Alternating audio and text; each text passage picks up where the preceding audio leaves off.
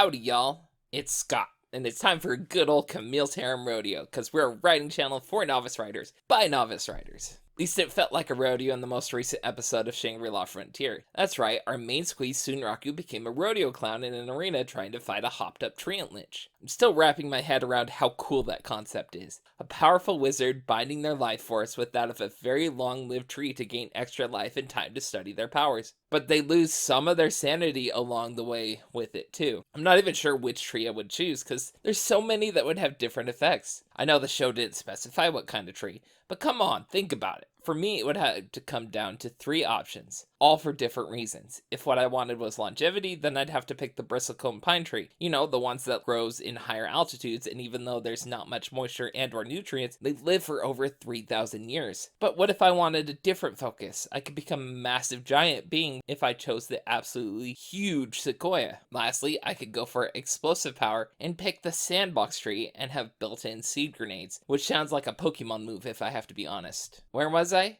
Oh right, I was talking about anime. But then I got distracted. Oops. So, Sunraku has to be a rodeo clown for 5 minutes. I think the anime missed an opportunity there though. It set a time limit of 5 minutes to survive, which I like in a way because it changes the type of battle that we're having to watch. I mentioned it in my last video that anime like this thrive on their battles, but they have to break them up to make them different. This is one way to do that. The problem I have though is that 5 minutes during an anime episode is very possible to do, but like a lot of different anime, the fight had to go longer.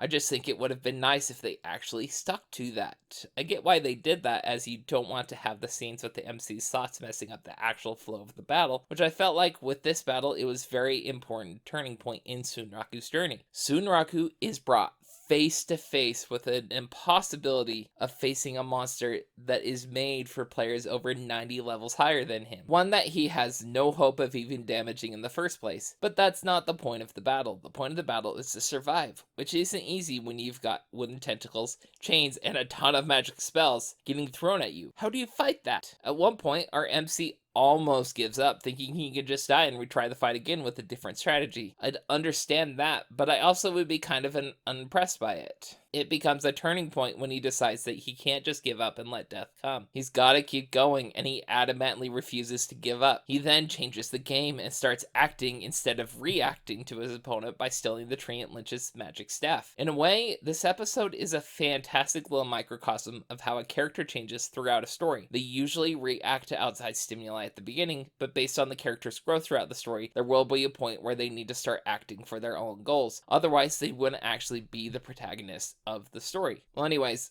I hope to see y'all here for another rodeo next week. Okini.